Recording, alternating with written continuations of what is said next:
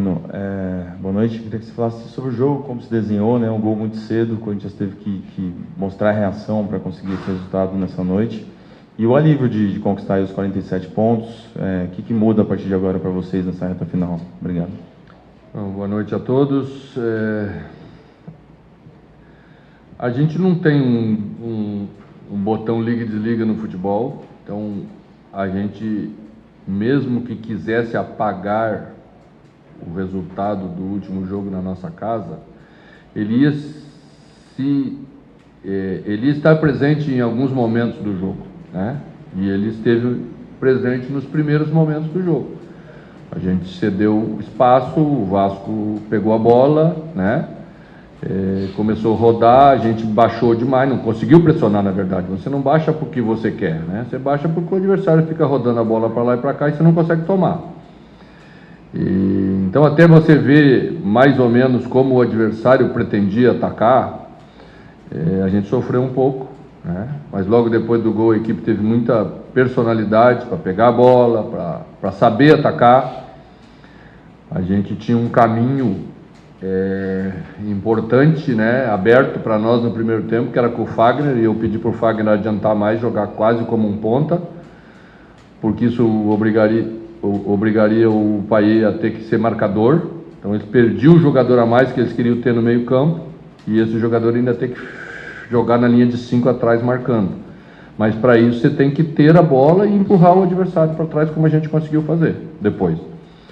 E aí teve os méritos, a equipe foi trabalhando a bola. Acho que a gente fez um primeiro tempo muito bem jogado quando tivemos a bola. Depois o árbitro adotou um critério que foi um critério para os dois lados padrão, mas deixou de marcar algumas faltinhas para os dois lados. E duas vezes no primeiro tempo a gente sofreu a falta, o jogo seguiu e nós colocamos o Vasco de volta no jogo, né? Ficamos 5 minutos sem a bola, defendendo de novo, defendendo, tomamos o gol, 2-1. Então essas coisas elas acontecem num jogo, um jogo que se colocava como um jogo difícil, um jogo com caráter de decisão. Então tinha muita tensão, tinha muita pressão sobre o jogo. E infelizmente a equipe foi respondendo bem, as alterações também foram boas depois no segundo tempo, surtiram um efeito, que é o que a gente sempre quer, né?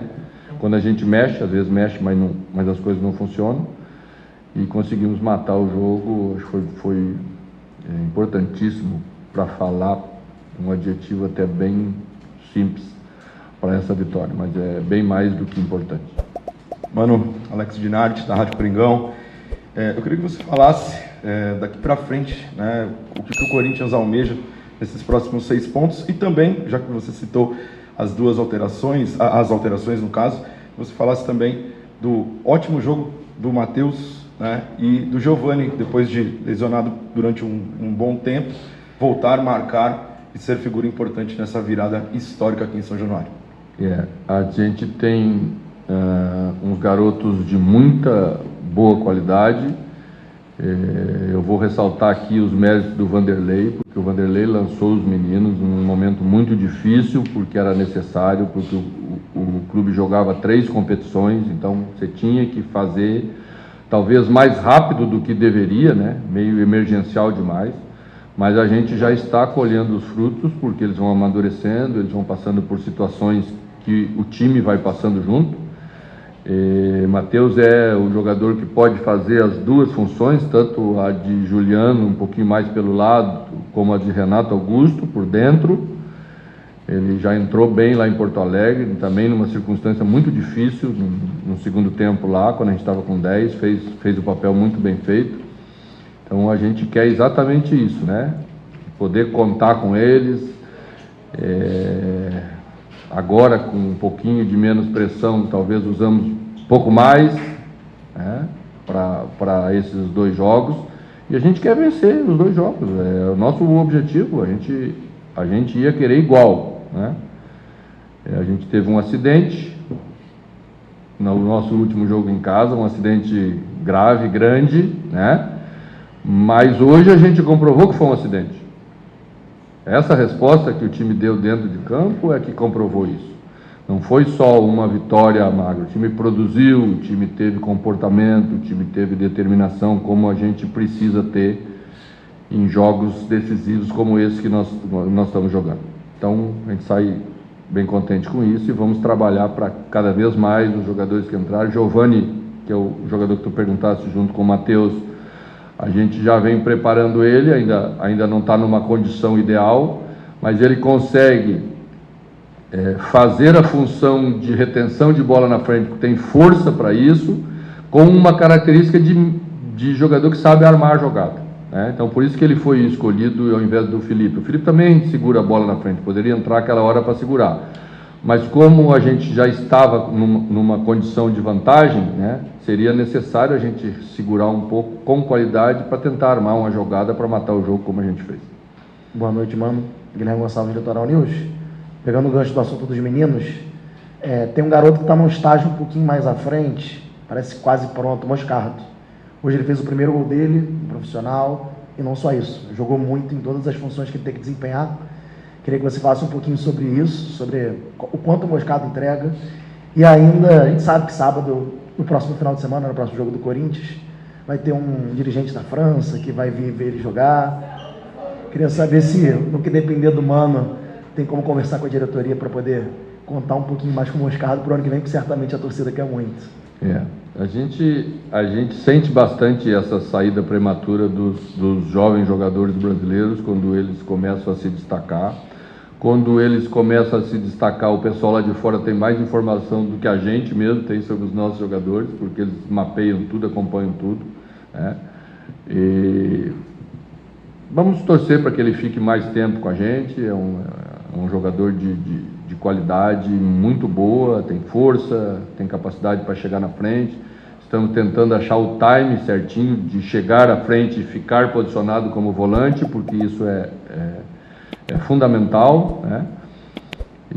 Mas eles são muito dedicados, eles são exemplares em termos de comportamento e trabalho. Eles vão aprender muito rápido todas as coisas, exatamente porque se dedicam e trabalham muito. Eles merecem muito, e eu torço para que ele, mesmo que tenha alguma negociação, fique mais tempo com a gente, porque certamente vai ser um jogador que vai alegrar muito o torcedor do Corinthians. Manuel de novo, Alex Dinarte agora por outro veículo. Porra. pela central do Timão agora. Quando se trabalha com dois, você ganha quanto na viagem?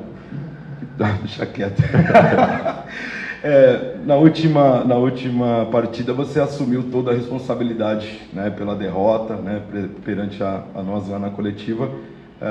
E hoje, qual é o tamanho da importância do Mano Menezes nesta virada aqui em São Januário? Obrigado.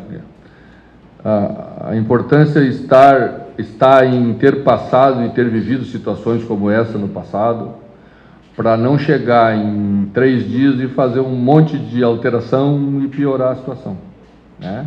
Que a tendência nessa hora é que ninguém presta, ninguém serve, todo mundo é velho, como eu ouço aí, né? O pessoal até chama alguns jogadores nossos de INSS aí, e que é um desrespeito, porque essa é uma coisa que eu acho que o futebol brasileiro precisa mudar: respeitar os profissionais. Você perde, você ganha, você é campeão, você disputa rebaixamento, faz parte da nossa vida, né? E não pode a gente faltar com respeito com jogadores que têm trajetória vitoriosa, vencedora, que são exemplo até de comportamento. A crítica, a atuação, a crítica, as coisas aceitamos certamente com naturalidade. Eu disse que tudo que fosse falado sobre aquilo que aconteceu lá no sábado, a gente não tinha nada para contrapor, né?